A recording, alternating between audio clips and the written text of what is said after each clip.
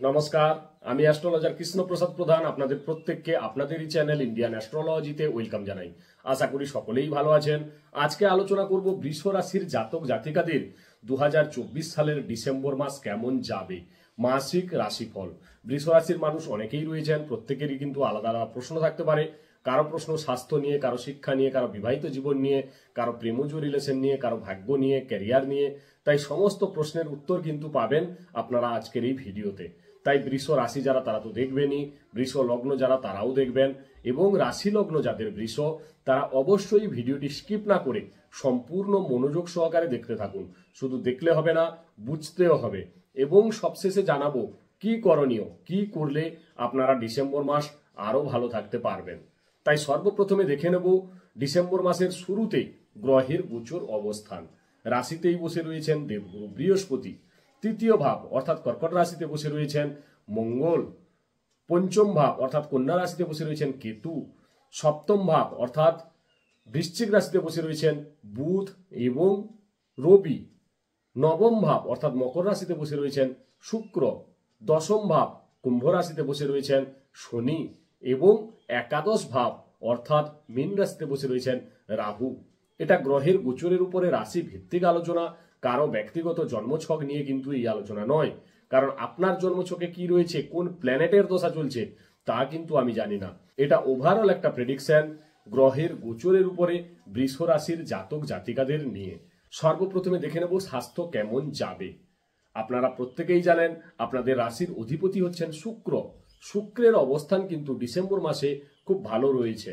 শুক্র বসে রয়েছেন নবম ভাবের উপরে, অর্থাৎ মিত্র ক্ষেত্রে বসে রয়েছেন, ভাগ্যস্থানের উপরে বসে রয়েছেন।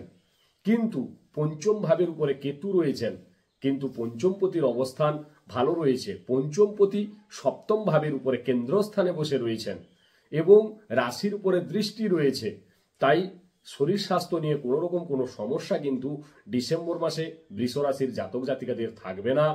যেহেতু পঞ্চম ভাবের উপরে কেতু রয়েছেন, তাই একটু ডিপ্রেশন, টেনশন থাকবে এবং স্কিন রিলেটেড একটু প্রবলেম কিন্তু হতে পারে। তাছাড়া স্বাস্থ্য সম্বন্ধে কোনো রকম কোনো সমস্যা বৃষ রাশির জাতক জাতিকাদের থাকছে না। এবারে দেখব শিক্ষা। প্রাইমারি শিক্ষা আমরা বিচার করব চতুর্থ ভাব থেকে এবং উচ্চশিক্ষার বিচার করব আমরা পঞ্চম ভাব থেকে। তাই চতুর্থপতি রবি তিনি কেন্দ্রস্থানে বসে রয়েছেন, রাশির উপরে দৃষ্টি রয়েছে, বুধের সাথে অর্থাৎ পঞ্চমপতির সাথে বসে রয়েছেন, বুধাদিত্য যোগ করে রয়েছেন।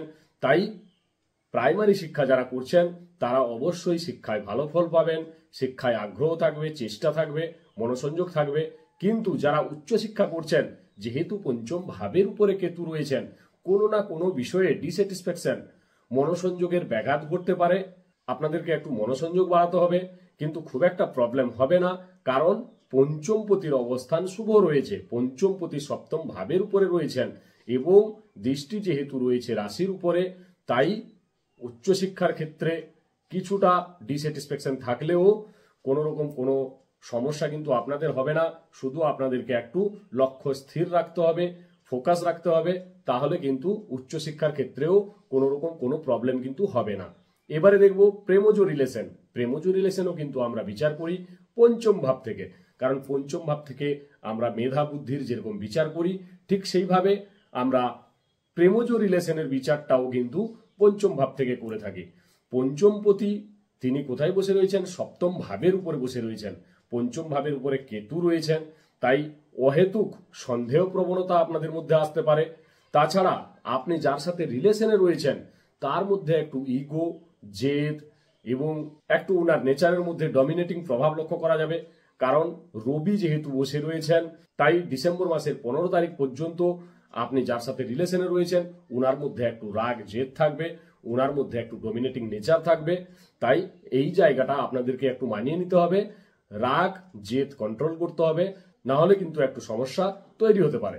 এবারে দেখব বিবাহিত জীবন। বিবাহিত জীবন আমরা বিচার করব সপ্তম ভাব থেকে। সপ্তমপতি মঙ্গল তিনি কোথায় বসে রয়েছেন? তিনি তৃতীয় ভাবের উপরে বসে রয়েছেন, নিচস্থ অবস্থায় রয়েছেন এবং সপ্তম ভাবের উপরে রয়েছেন রবি ও বুধ। তাই সপ্তম ভাবের উপরে যেহেতু রবি বুধ বসে রয়েছেন, রবি হচ্ছেন কি অগ্নিকারক প্ল্যানেট এবং সপ্তমপতিও অগ্নিকারক প্ল্যানেট। সপ্তমপতি নিচস্থ অবস্থায় রয়েছেন, পার্টনারের শরীর স্বাস্থ্যের দিকে একটু সচেতন থাকতে হবে। তাছাড়া সপ্তম ভাবের উপরে পঞ্চমপতি বুধ তিনিও বসে রয়েছেন, তাই আপনাদের মধ্যে অ্যাডজাস্টমেন্ট থাকবে, মতের মিল থাকবে, কিন্তু একটু মেজাজ খিটখিটে হয়ে যাওয়া। জন্মরাশি চক্রে রবি যদি অশুভ অবস্থানে থাকেন বা সপ্তমপতি অশুভ অবস্থানে থাকেন, তাহলে মেজাজ একটু খিটখিটে হয়ে যাওয়া, হঠাৎ করে রেগে যাওয়া, অযথা কথায় নিজের জেদে অনড় থাকা, এই ধরনের সমস্যা কিন্তু আপনার পার্টনারের মধ্যে দেখা যাবে। তাছাড়া বিবাহিত জীবনে কোনো রকম কোনো সমস্যা কিন্তু থাকছে না। এবারে দেখব ভাগ্য, ক্যারিয়ার এবং ব্যবসা। আপনাদের ভাগ্যপতি হচ্ছেন শনি এবং ক্যারিয়ারপতিও শনি। শনি বসে রয়েছেন কোথায়? কুম্ভ রাশিতে, স্বক্ষেত্রে বসে রয়েছেন। শনির অবস্থান শুভ রয়েছে এবং রাশিপতির অবস্থানও কিন্তু নবম ভাবের উপরে রয়েছেন। তাই ভাগ্যপতি আপনাদের সহায় হবে। যে কোনো ধরনের কাজ আপনারা অনায়াসে করতে পারেন।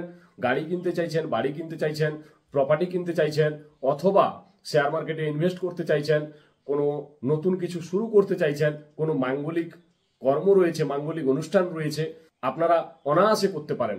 কারণ রাশিপতির অবস্থান ভাগ্যস্থানের উপরে রয়েছে এবং ভাগ্যপতি তিনিও কিন্তু মূল ত্রিকোণস্থ স্থানে রয়েছেন, অর্থাৎ কুম্ভ রাশিতে রয়েছেন, তিনি মার্গী অবস্থায় রয়েছেন। জন্ম রাশি চক্রে শনি শুভ অবস্থানে থাকলে আপনাদের কোনো রকম কোনো প্রবলেম হবে না, যে কোনো কাজ আপনারা অনায়াসে কিন্তু করতে পারেন। এবং ক্যারিয়ারের ক্ষেত্রেও কিন্তু দশমপতি দশমে রয়েছেন। তাই যাদের কর্ম ছিল না, যারা চাকরির জন্য ইন্টারভিউ দিচ্ছেন, যারা চাকরির জন্য চেষ্টা করছেন, অবশ্যই চেষ্টা করুন। আপনারা 15ই ডিসেম্বরের মধ্যে কর্মপ্রাপ্তির যোগ রয়েছে। যারা কাজ করছেন বা কর্ম করছেন, তাদের কর্মে মান সম্মান, যশ খ্যাতি, প্রতিপত্তি বৃদ্ধি পাবে। কর্মে পদোন্নতি হওয়ারও সম্ভাবনা কিন্তু রয়েছে, কারণ শনিদেবের অবস্থান শুভ রয়েছে। এবারে দেখব ব্যবসা আমরা মূলত বিচার করব সপ্তম ভাব থেকে। সপ্তমপতি তিনি নিচস্থ অবস্থায় রয়েছেন, কিন্তু সপ্তম ভাবের উপরে ব্যবসার কারক প্ল্যানেট বুধ বসে রয়েছেন। তাই ব্যবসার জায়গায় একটু অহেতুক টেনশন, ডিপ্রেশন হলেও ডেলি ইনকাম কিন্তু আপনাদের বৃদ্ধি পাবে।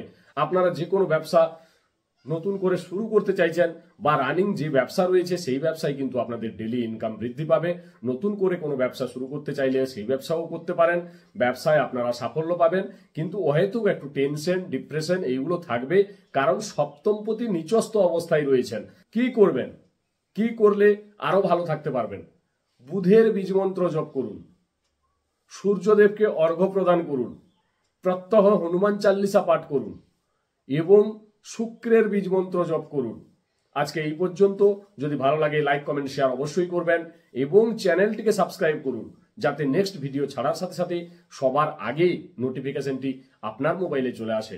সবাই ভালো থাকবেন, সুস্থ থাকবেন। নমস্কার।